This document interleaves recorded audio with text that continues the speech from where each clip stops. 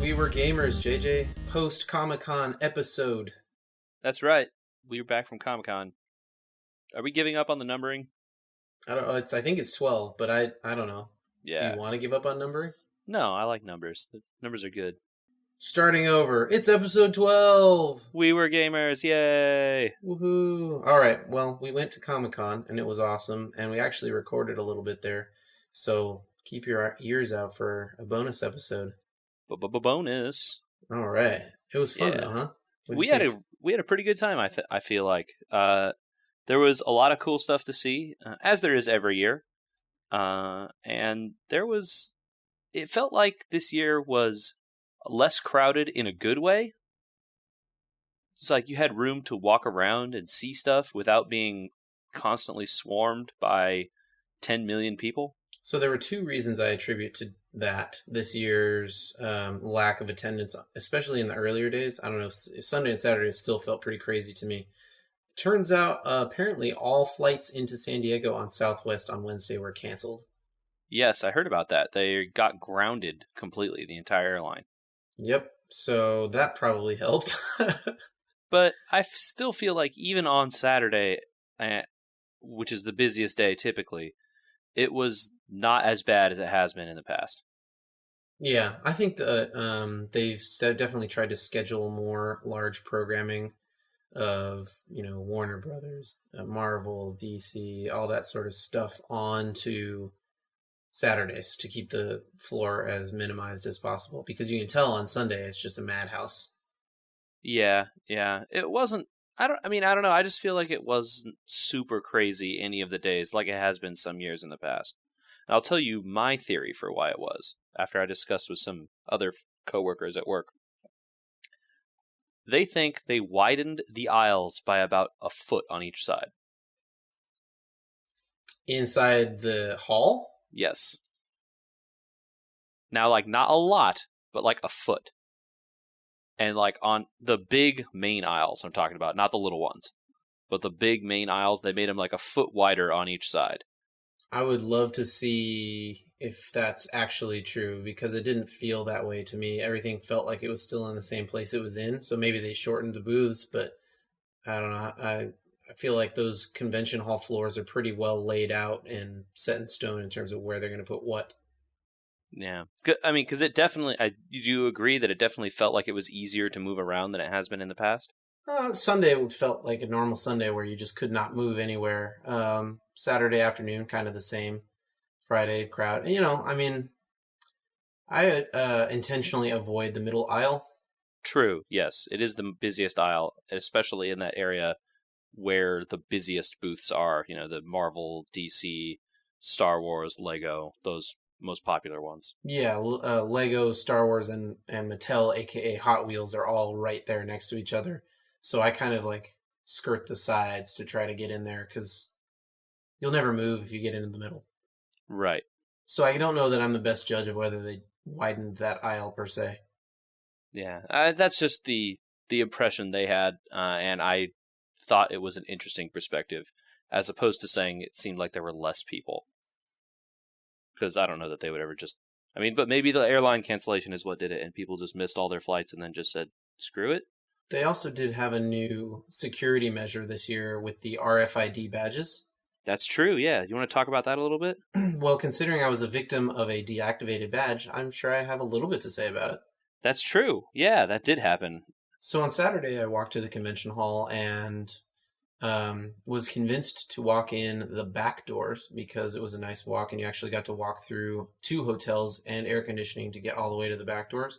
I'm going to argue, JJ, that it's actually a faster walk now because they've added that extra little bit to the Marriott. You can actually walk unobstructed all the way to the convention hall, basically. Air conditioned as well. From the Marriott. Yeah, exactly. And you avoid that giant crush of people out on the street. That sounds pretty great. It's pretty fantastic. So I get all the way to the back of the building where there's really no support or anything, so you have to know where you're going. There's just the Uh-huh. one or two people manning the RFID thing. And yeah, my badge just would not scan in. And then they initially thought, oh, you didn't scan out. Right. I imagine that was a problem that happened quite a bit over the course of the thing. I was pretty certain we had scanned out. And when they tried to scan me out to scan me back in, no dice.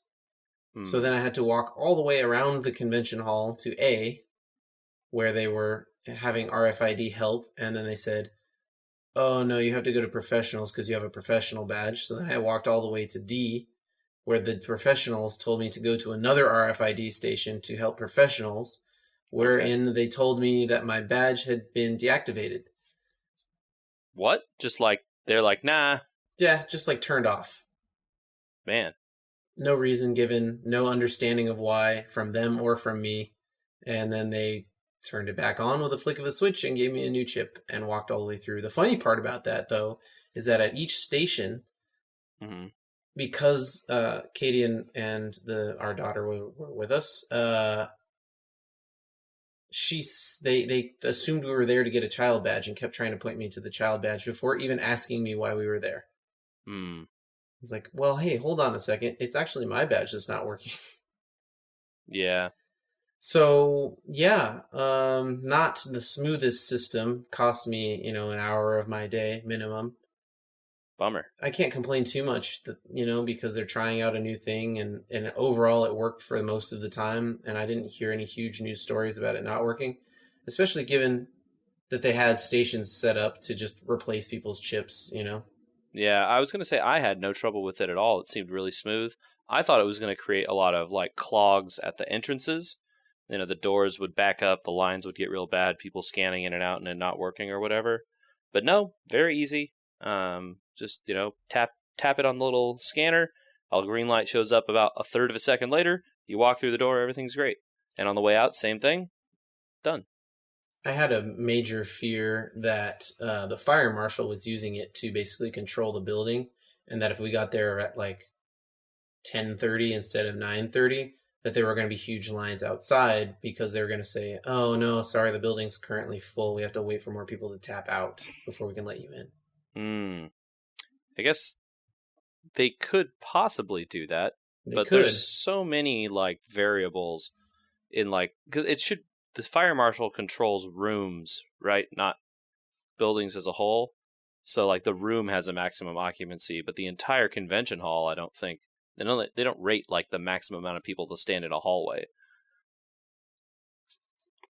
I mean, I think they do because they were going around during the Pokemon Go panel clearing hallways, which I'll tell you about in a minute. Oh, I hadn't heard anything about the Pokemon panel. All right, well, Yeah. let's just get into stuff we saw and did at Comic Con, Andrew. Well, no, so I want to make one last point, and I think that it's a good one, and it's the RFIDs probably helped cut out 20,000 fake badges. Yeah, the forgery thing is a definite thing. And we know that forgery is a real problem for these conventions, I assume. I would Uh, assume so. So, and I feel like I've known or heard of people doing forgeries of those badges in the past. So, hopefully that's why it felt slightly less attended on some of those days. all right, well, let's talk about some stuff we saw because I think that was just the final point there. Yeah, we talked about some stuff on the forthcoming bonus episode. Yeah, we definitely went through what we saw video game wise.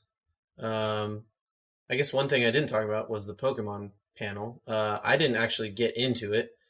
I didn't try too hard because 2 hours ahead of time I heard that it was basically full in Hall H.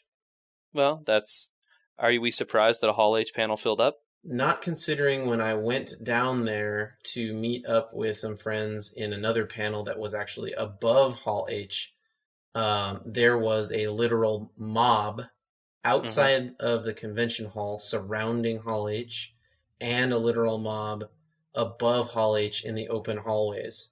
So much so that the floor managers, fire marshal, and other people were literally cutting a path through the room so that they could remove people from the room. There were so many people packed too tightly into this open hallway space. Hoping, I guess, that they were going to release some sort of legendary something or other for everybody to catch. Yeah, and Which, as far as I can tell, was some sort of social media rumor that was completely made up. That got, 25,000 people standing around with their Pokemon open. And in a surprise move, nothing at all happened. They released some photographs of some people.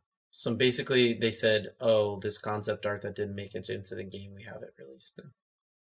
Cool.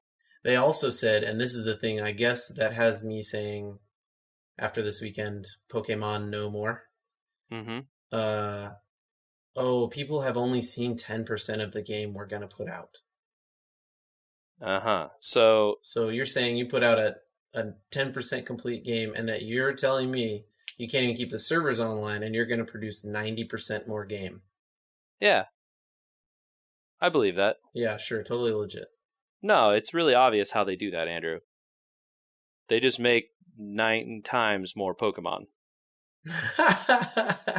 So, yeah, Game you've only solved. seen 150 Pokemon. You could. How many Pokemon games are there? How many different Pokemon exist in the world? I don't know the answer to that. I'm sure it's a lot. I'm sure it's 10 times more than are in that game. Yeah, I have no clue. Yeah. So, whatever. There was some fun had by people playing Pokemon. You did not join any of the Pokemon Poke Walkers. No, we had a huge group of friends at the con that were out walking the streets until 2 in the morning because there were probably about 10,000 Pokestops around there with lures on all of them. Yeah, it seemed like it was a really fun time. I joined for part of it. I had a good time. Yeah, I don't fault anyone for having a good time going out and doing it. My comments about it, Pokemon Go, and my disappointments with it are only purely from a gameplay perspective. I think that the going out and having fun with friends and meeting people and like talking with people that also are doing it is good. It's a good thing. And Yeah. I hope that they do deliver, but I see many other free to play games that have gone this direction in the like in the back of my mind. I see them and I'm like, I don't know, man. It's like they're ready to promise the world, right? Because they got people hooked. Mm-hmm. And then they're just gonna treadmill all of them, and they're gonna leak out a piece of art or a new Pokemon or whatever else and keep promising the world to these people, and I feel bad about that. Well, people will enjoy it as they do, and if you don't enjoy it, don't involve yourself with it, and everything's fine. Well, JJ, do you think that the only reason you're not playing Pokemon Go is because you think you're just too old for it, or you're too cool for school? Is that why you're not playing it? No, I just think that it's not the part of Pokemon that's fun is the battling, like the battling from those old games, and it's not the same in this, so it doesn't seem good. I think that you don't know that you're wrong because the creator of Niantic Games thinks you're wrong, and that's a wrong answer. And the only reason you're not playing Ingress or Pokemon Go is because you just don't have the right skin for it. So they're going to be producing a Game of Thrones skinned one. Uh-huh.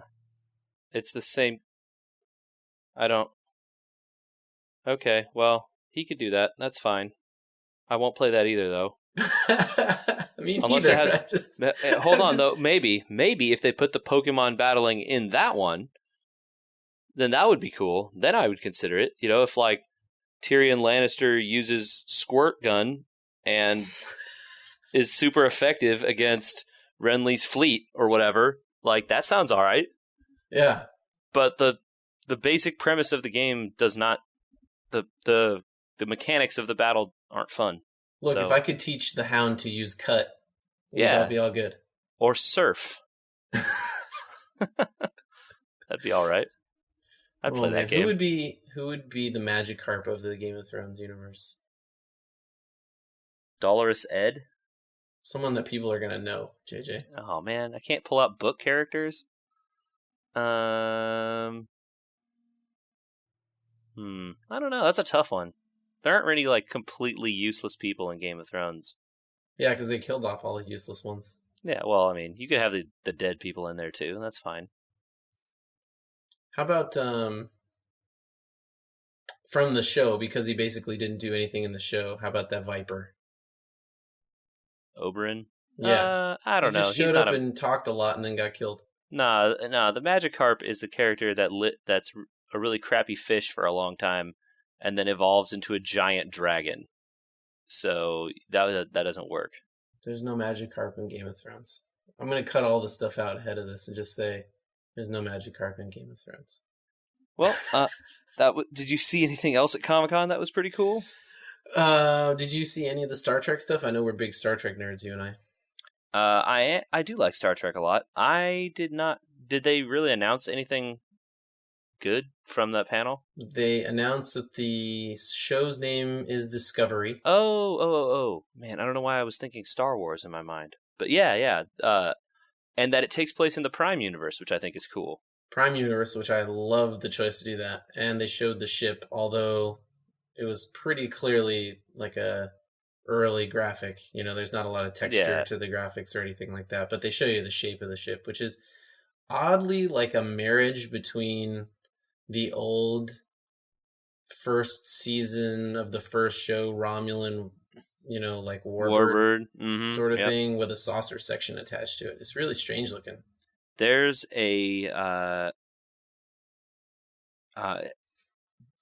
interview or someone with something where they said that it takes place in that period after where Star Trek Enterprise would be or took place, and where the original Kirk helmed series started. So it's before Kirk, right? And in the quote timeline or whatever. I guessed that based on the NCC number on the ship. Right, which was 13 something, whereas 1031, I think.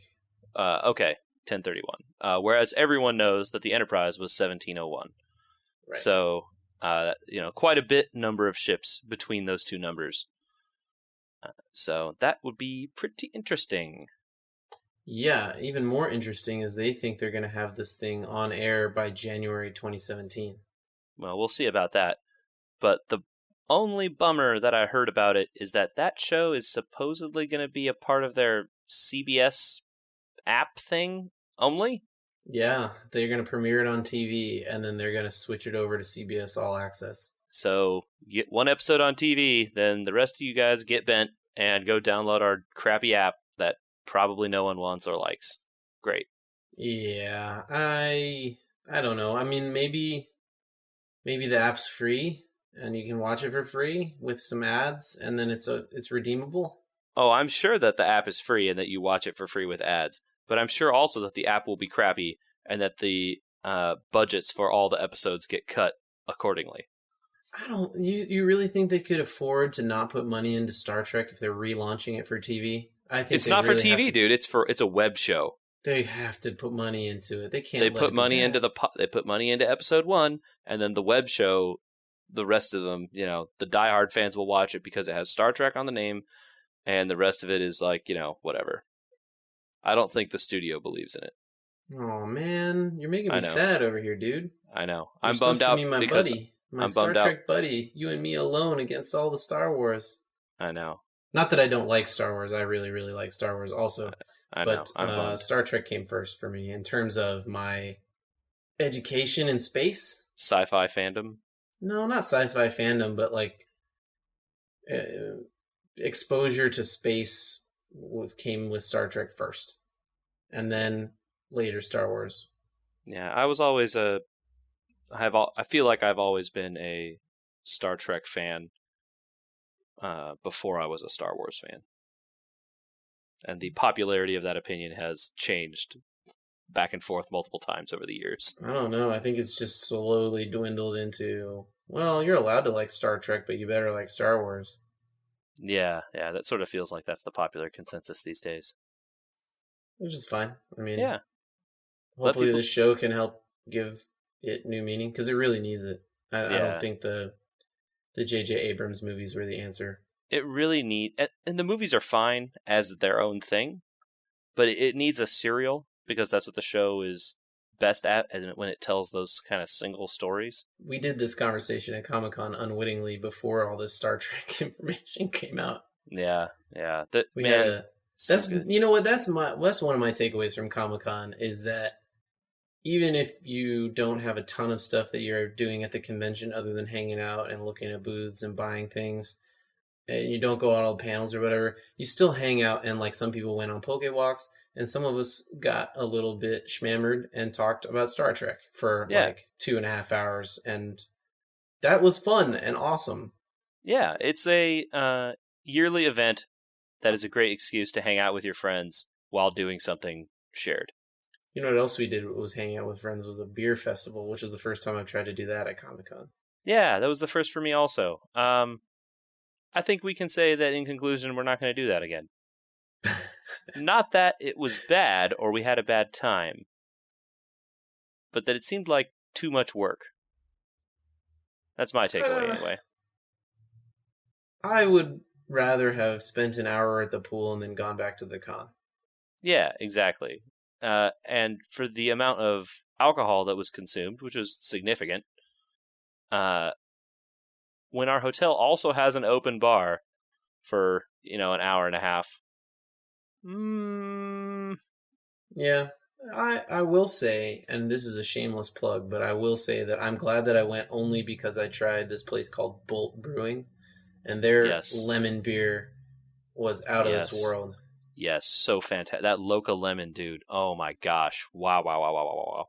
On our way out of town, we always eat at Felipe's Pizza Grotto, and just down the street from there is a Bolt Brewing tap It's room. new.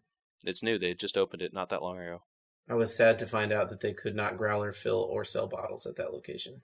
What? I know. I was ready to buy a case of Loca Lemon. Yeah. Bummer. That's sad to find out. Well, so you're going to have to get me some whenever it comes out in distribution. Okay, I will do so. That beer is so, so good. So, in conclusion, this year, worth it due to Loca Lemon. Next year, probably skippage. Yeah. Some other fun stuff that came out of Comic-Con. I know I didn't see any of it at the con, but there were a lot of movie trailers released. Did you get a chance to watch any of those, Andrew? I did. Are you talking specifically about the DC ones? Because those are the only ones that I saw. Or are you mentioning other ones? No, I think the DC ones are the only ones I cared about that I saw. So Suicide Squad, Justice League, and Wonder Woman all got trailers. And I've seen Suicide Squad and Justice League's, but not Wonder Woman's. Okay. Well, I don't know about the Suicide Squad one. I don't think it was any different than anything else I'd seen from Suicide Squad. Yeah, they added a bunch of Easter eggy stuff like, oh, look, here's Harley's old suit in a shot and some new music, which is actually pretty good. It's been a long time. I can't think of since the Spider-Man movies of yore that they've done an album for a movie. You know how they used to do like these 20 bands got together and made songs for Punisher or whatever. Yeah. They're doing that with the Suicide Squad movie, and some of it's pretty good. That's a good idea. Yeah, I'll have to check that out. That movie looks like it's going to be okay, even though #NotMyJoker. Explain that. Okay. I think Jared Leto looks like a clown, and not the good kind of clown. I don't think his portrayal of the Joker is going to go over well. Well, you never know. I mean, it's true. I haven't seen the movie, so obviously I have no inside knowledge. I just really don't like that costume, and I don't like the choice of him as the actor. But the rest of the movie looks pretty good. I used to trust set reporting, like when the second Batman movie came out and Heath Ledger was doing the Joker. They said everyone on the set can't believe what an amazing job he's doing as the Joker, right? Like, you're not going to believe this when it comes out. It's unbelievable, blah, blah, blah, blah. And then they started saying the same things about Ben Affleck as Bruce Wayne and this Joker. And I don't mean to be disparaging or anything, but just like it wasn't at least the Bruce Wayne didn't blow my mind or anything. I mean, it was fine.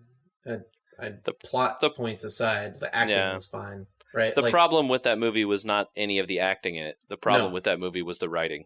No, and my complaints about the first Superman movie, Henry Cavill does fine.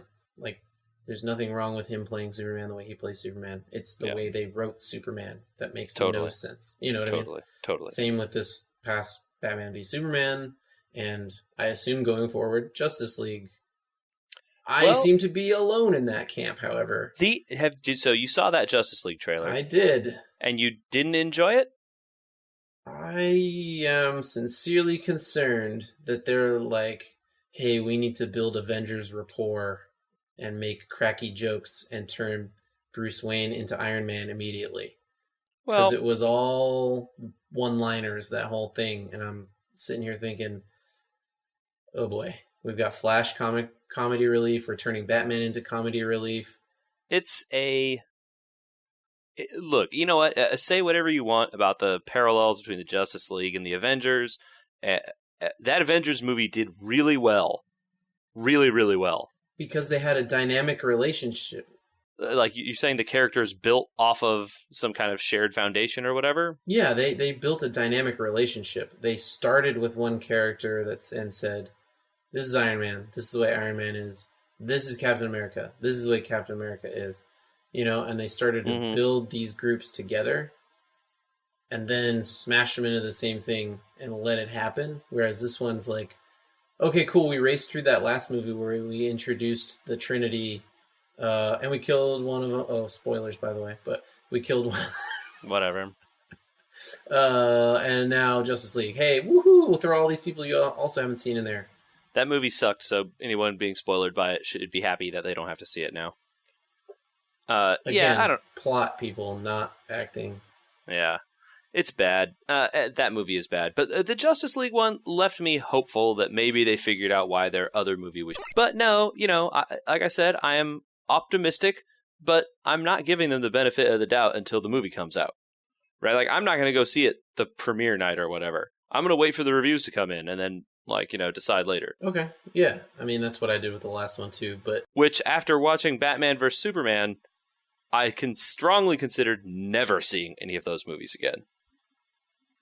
the same hairs on the back of my neck lit up during the Batman v Superman trailer that lit up during this one too, for different reasons entirely. But this one more because it's like, is this the Bruce Wayne from the last movie? It doesn't quite seem like it is. It's like Joker Bruce Wayne, like, I'm a funny guy.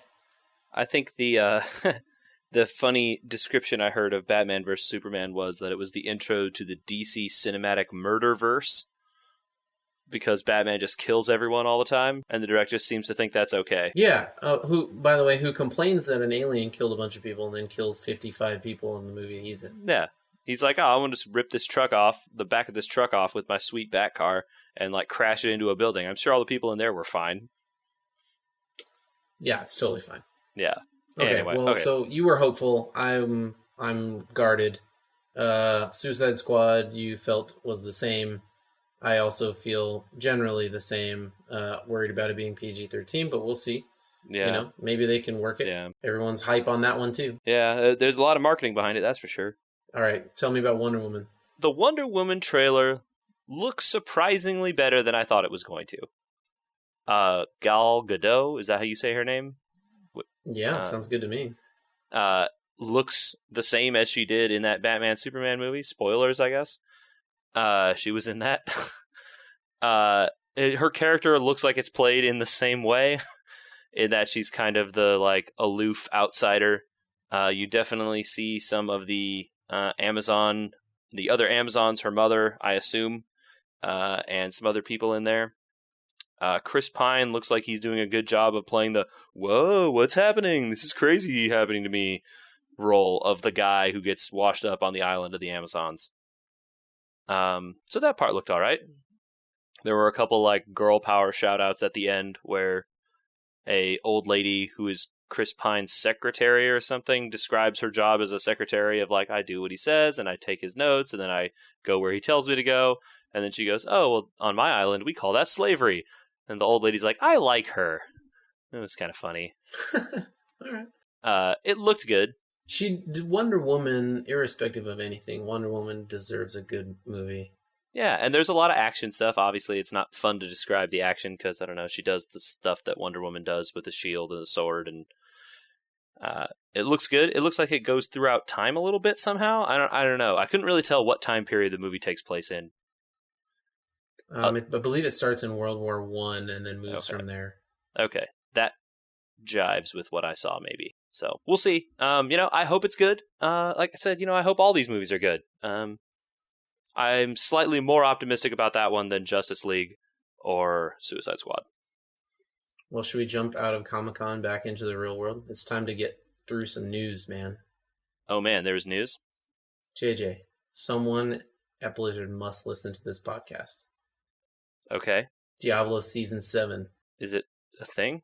It's a thing. It's happening. And it's like the greatest worst hits. They took every conquest that you and I complained about, like all the bad ones, and then said, for Season 7, we're going to bring back everyone's favorite conquests. All the ones we didn't like? Every single one we didn't like, and none of the ones we liked. Complete facepalm.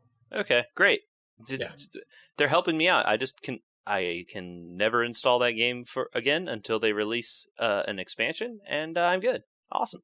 Yep, I went on today and cleaned up my inventory because the season ended. I'm not even going to do that. Oh, I just wanted to leave the game in an organized state, but I did see the portrait they're putting out for this next one, and I'm kind of sad because it's literally the best looking one so far. It's like a snowy mountaintop sort of thing. Well, at least their art department still has a job. That's good. Yeah, at least somebody's still trying, I guess. Not me. I'm not. I'm not trying. I think you need to finish this up with the Blizzard news segment, though, because I have no idea what Karazhan is. All right, there was an announcement of an announcement for Hearthstone. Yeah. Yeah. I guess it's going to be in China, so that's a big deal because China is a big deal. So, yeah, they announced that sometime later this week there's going to be an announcement with Ben Brode, the lead designer, in China about some kind of Hearthstone thing. The scuttlebutt that's been going around the internet is that it is a Hearthstone, or sorry, not a Hearthstone, it is a Karazhan themed expansion. Adventure, I think. Yeah, adventure, yes. Not an expansion, those are different. Yeah, so an adventure would be the ones where there are wings and you unlock the wings weekly, etc., etc. Yes. So one wonders, what is there in Karazhan that would be cool? I don't know. I didn't raid Karazhan in World of Warcraft, so describe Karazhan a little bit for those of us that have no idea what it is. Sure. Or why it's important. I have to make a deep pull here because I have not played World of Warcraft in also a very long time. Oh, I thought you had a better shot at it than me. But I do, because you have no shot, so I have any shot is better than that. But the Karazhan is the home of Medivh the Guardian, and he's a cool figure in the Warcraft lore. He's a very powerful wizard and like the protector of the world of Azeroth or something. I think that's how that goes. Feel free to correct me anytime you think I'm wrong. Or someone write in and tell me why I'm bad. There you go. Podcast at WeWereGamers.com. Hashtag JJ always wrong at WeWereGamers. Correct everything. Thanks. Yeah, that'll be great. But Karazhan is like his home / magical research lab / fancy tower / weird dungeon. And in World of Warcraft, it was way bigger on the inside than the outside. So there's some magic trickery going on there. There was a lot of big rooms for dining and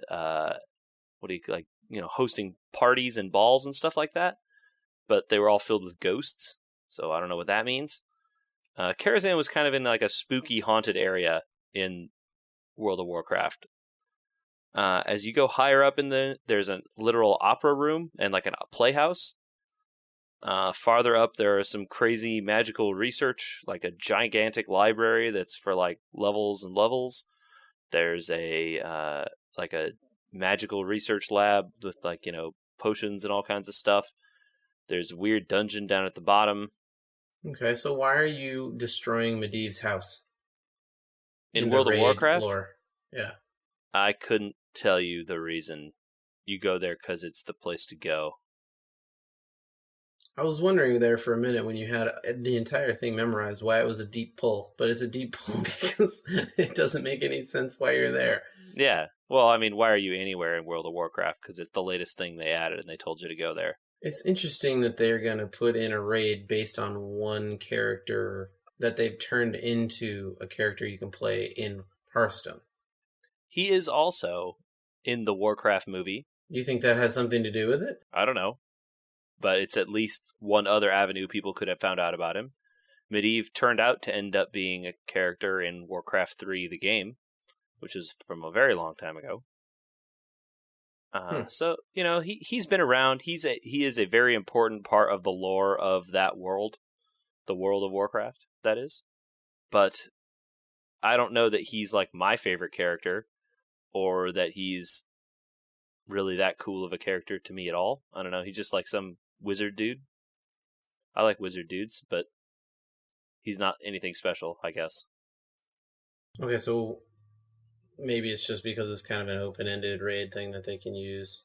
I don't know. Yeah, I think it was a place that's very cool in the lore. There's a lot of different stuff going on in there, and if they wanted to show some kind of weird, wacky place with a lot of interesting things to do with it, so it'll be some sort of ghost/alchemy themed expansion or something. It doesn't have to be though. It could be all the teasers they've been throwing are talking about a party, which is what you said. There was a giant ballroom and opera room or something. Yeah, so maybe Medivh is throwing a party and everyone gets to go. Oh yeah, there you go. Yeah, we have no inside knowledge, so this is literally as good as you're going to get on this podcast. No fact checking. All right, JJ, we've done our Blizzard due diligence, I think, for the week. We seem to always have a Blizzard segment. Well, we like them as a company and play a lot of their games, so that makes sense. It's they make quality stuff, even if sometimes the storylines don't make any sense. Well, you can't be great at everything. Yeah, but they produce a quality product. Anyway, the burning question in my mind all weekend: are you gonna buy a mini NES? I don't know. Man, those things seem pretty cool. All right, let's describe what a mini NES is for a second. It's a miniaturized, literally, shaped object that looks like an NES. Right. That comes with a hard drive full of Nintendo games from the NES. I guess to be slightly more clear, we have no idea how the games are stored on it, but there are games inside the device, a specific list of games. I think it's 30. And you get those games and those games only. There's no way to add more games to it. But it's just a little box with controller ports and an HDMI out in the back. And you plug it in and turn it on and whoo! NES games. Like Metroid and The Legend of Zelda and Super Mario Brothers 1 through 3. And then other games who I've forgotten. You said it looks cool, but you don't sound excited about the facts of how it operates. No, I think it operates fine. That's, you plug it in, you turn it on, that's great. It's not what I really want, which is the true, backwards compatible Nintendo that I can get all the Nintendo games that I have on all the various platforms on this one tiny little device. So I don't have to have all these other, if I want to play Super Metroid on one place, I can actually play it in one place. I think the Wii U can basically do that now. Not quite, though. It can't play any of the stuff that's on the 3DS Virtual Console. It can't play anything from the DS Virtual Console. I think it can now. Yeah, I think that's the new thing that happened over the weekend also, is that the 3DS got the SNES titles and the Wii U got the NES titles. I did not see that. That's amazing if true, that you can play everything on one place. Well, I know for a fact, and this was going to be my point about the mini NES, was I did get the notification over the weekend on my 3DS, which we were using at Comic-Con, which I think is the next topic of discussion. Sure. That SNES titles were now available on the 3DS. And I think they said when that happened that the NES titles were going to be on the Wii U. Because it was just an arbitrary thing, right? They were just trying to sell them on different systems. Yeah. I don't know. The games are, the Virtual Console games on the Nintendo platforms are emulated, right? So it's not the original games running on the original hardware. There's no tiny Super NES inside your handheld, or there's not a tiny Nintendo inside the inside the Wii U or whatever. For you or I, the average gamer, does emulation really matter? Yes. Why would it not? How could it not matter? No, I mean, does it? You're saying, oh, it's an emulator. It's not the original on the original. Okay, so my point is that the emulator is clearly good enough to run those games. Oh yeah. Okay, I was mistaking your point. I thought you were saying like, we were just watching those speed runs a couple weeks ago, and those guys don't emulate the games because the frame rates are off, and the input lag and all these other sorts of stuff that never would affect me in my entire life. Sure. Well, there's something to be said for preserving history too, and having it be the same way that it was. That's definitely something that should be considered also. If I could own an SNES, and for the vast majority of people, that stuff is completely irrelevant. Sure, but I mean, I don't have the money to own an SNES, an NES, a Genesis. Totally, I can't own every system with every cartridge, and tracking down some of these cartridges costs you $65, $70.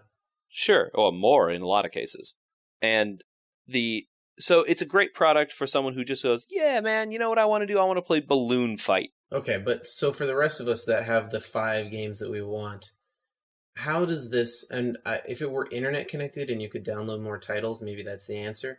I've always been a big proponent of curated environments, not emulating it on your PC, instead getting it through the company's thing because they make sure it works, they're going to put it out, and they're going to make sure it's supported. This is definitely a curated environment, but it's a curated environment that already exists on 2 other consoles that are currently in production. So why do I need this when I could play those titles on my TV on a Wii U or on my 3DS mobily? Well, one thing, this is a hell of a deal if you go from that standpoint. Just like a curated zone to play all these same games. You had to purchase all these games separately before for a cost of anywhere from like $5 each. So if that's your starting point, these games, from like $2 to $5 each, this is a hell of a deal. But even disregarding that standpoint, I think it's great just for people who don't own a 3DS, don't own a Wii U, didn't own a Wii, played their Game Boy and their NES when they were, 10, and then got rid of them and haven't gone back to games. Good point. That's who this is marketed to. I did not think about that market. That is a good point. Yeah. This is marketed to the dad or the mom who used to play when they were a lot younger and were like, oh, so cute, I can hold it in the palm of my hand now. That's fun. Maybe I'll go back and play some Star Tropics or whatever other random game is on there. It's definitely a nostalgia machine. Yeah, exactly. And for that reason, I would love to have one. But I don't know that I would buy it for myself. Yeah, I can't.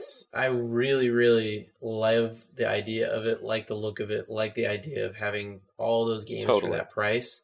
I don't know that I can justify it based on the other systems that I own, but it seems like it's the new arms race because Sega just announced that they're going to do 2 miniature Genesises, one portable and one plug-in like the mini NES. So did they actually announce that in the US, or was that a UK announcement? UK announcement, but the portable I think is going to come over. I don't remember exactly. Also worth pointing out that that means they're PAL region versions of the game, not the North American region versions of those games, and not all of those games are the same across all regions. But you don't think that they'd then port that over to the US if it sells well in PAL, and if this mini NES goes off? Maybe. Hard to know. Those things are always really weird. The licenses are super crazy for all that old stuff because the licensing was not done, in a forward-thinking way back then. So it's a real dicey ball if they could get it across with all those games or the games you want licensed to the same kind of thing. I don't know. That'd be great if they did. Awesome. But we'll see. Yeah, it'd be pretty cool. Yeah. I think that for now, I'll stick with emulating stuff on my 3DS because I love playing stuff on the go. Yeah. Although, I really do like the idea of like sitting down to a TV to play old style games like that, Yeah, it's fun. And you get little controllers that are the same as the old ones, little NES controllers that plug into this thing. Yeah. Pretty cool. I think the price is absolutely right for it, though. They nailed it with the price, and the controllers are $10. That's like exactly, if they'd priced it at even $80, I would have been like, come on. But like 60, it's like almost right in like, what do you call it? Like No, it's definitely borderline splurge fun money. purchase. Yeah, Yeah, exactly. it's definitely fun money. Whereas with a 3DS, you're like $200 just Yeah, for the thing. yeah, and you're like, nope. Yeah.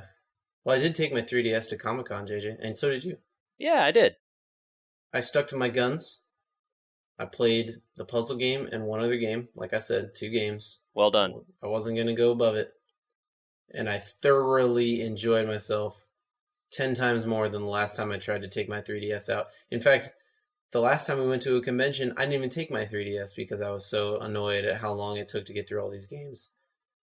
Yeah, well, when you stop treating things like a job and you start treating them like games, it's a lot more fun. Yeah, it's the rehab, man. It's a slow rehab of learning to fun games instead of learning to work games. We'll get you there one day, Andrew. It was cool though. I really enjoyed it, and I finished like 95 puzzle pieces or something like that. Yeah, I got through quite a bit as well. I was not as, I think, religious about doing it as you were. I definitely left the 3DS in the room a couple days. But, I was able to get pretty far. I collected several new regions, met, my 3DS, met people that from countries I had never been to before.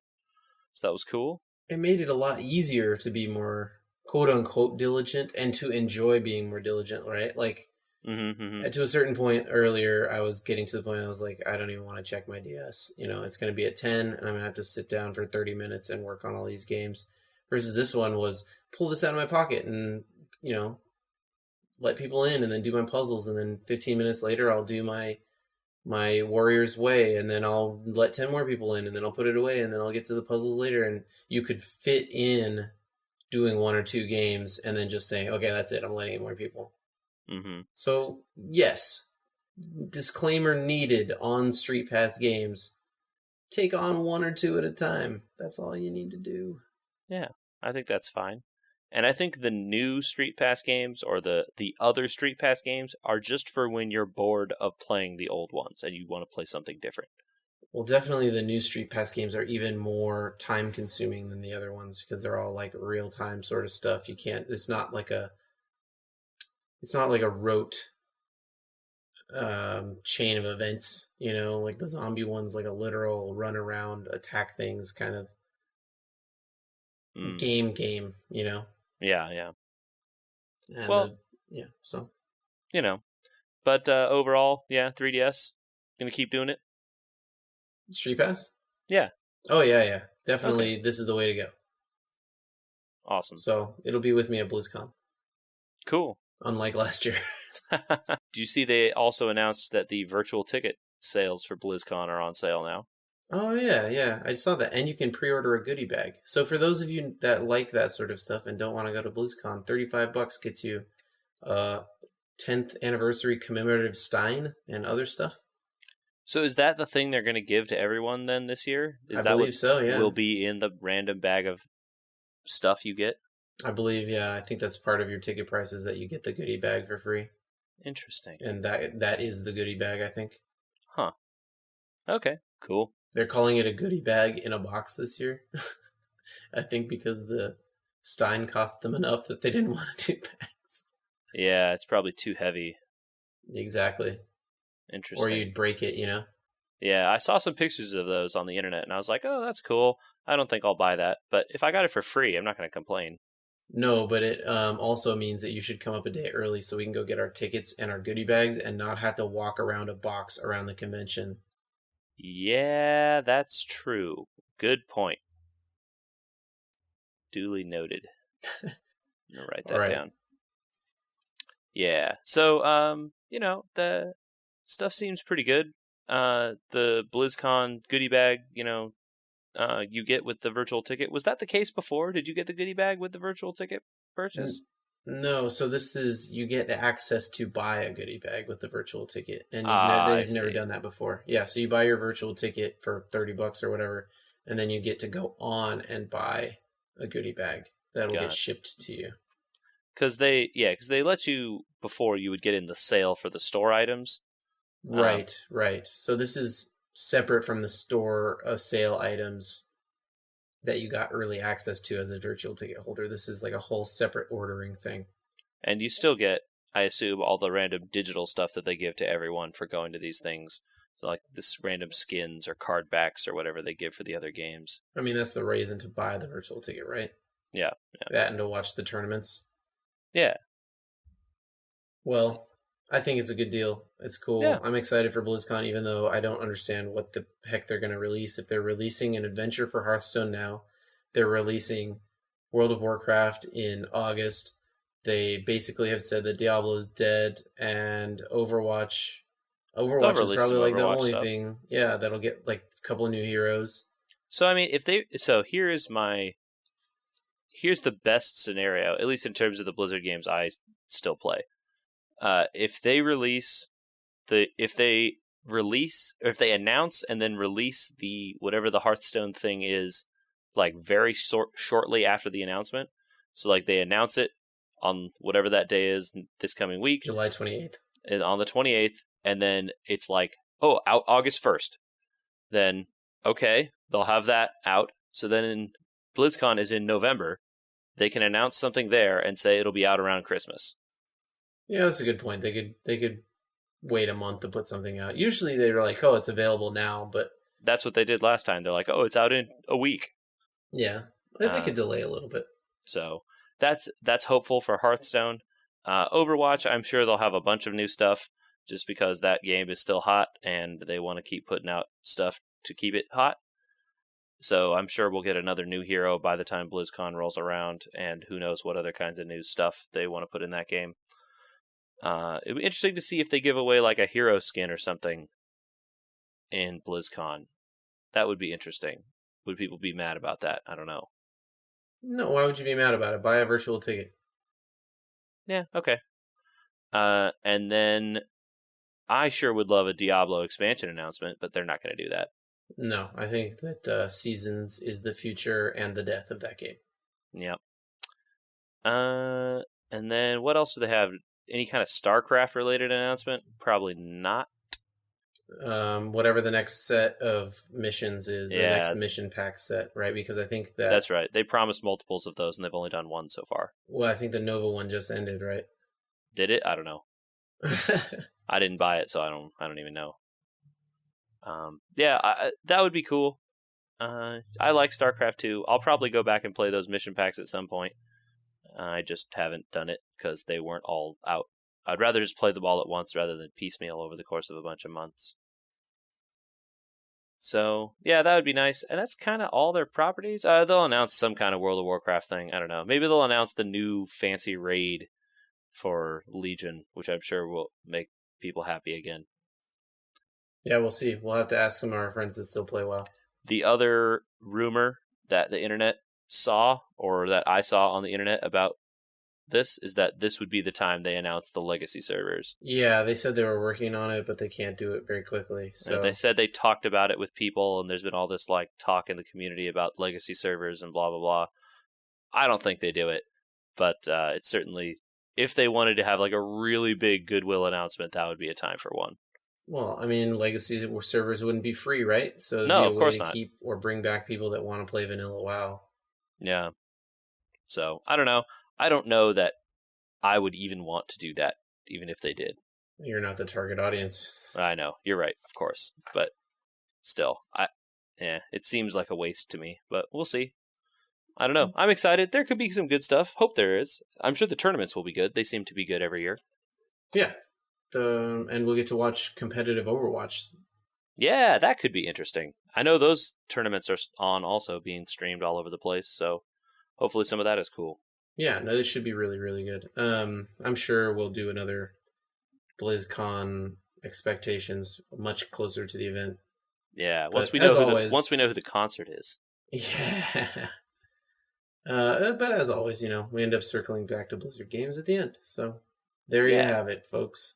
Hey, keep ears out for our bonus episode for Comic-Con. It should come out right before or at the same time that really this is released as well. But until then, you can email us or tweet at us or get a hold of us through any sort of telegraph system that still exists.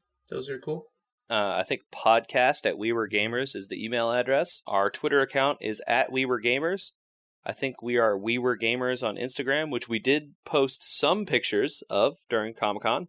We doubled our Instagram posts. More than 0 posts were made. Well done.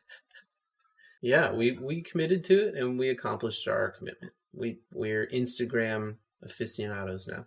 In a haphazard yet completely contract-fulfilling way. Well, look, there are pictures of our ugly mugs on there now, so That's true. That's good. I think that's an obligation fulfilled. Yeah, I felt good about it. And what other ways can they contact us? You said carrier pigeons and telegraphs. Those are important ones. Mm-hmm. I feel like that's the important stuff. Show up and shout at JJ's house. Yeah, sure. I'm definitely will appreciate that if you do it. Look, we should go play some Overwatch, because we haven't done that in like a week. Yeah, that'd be great.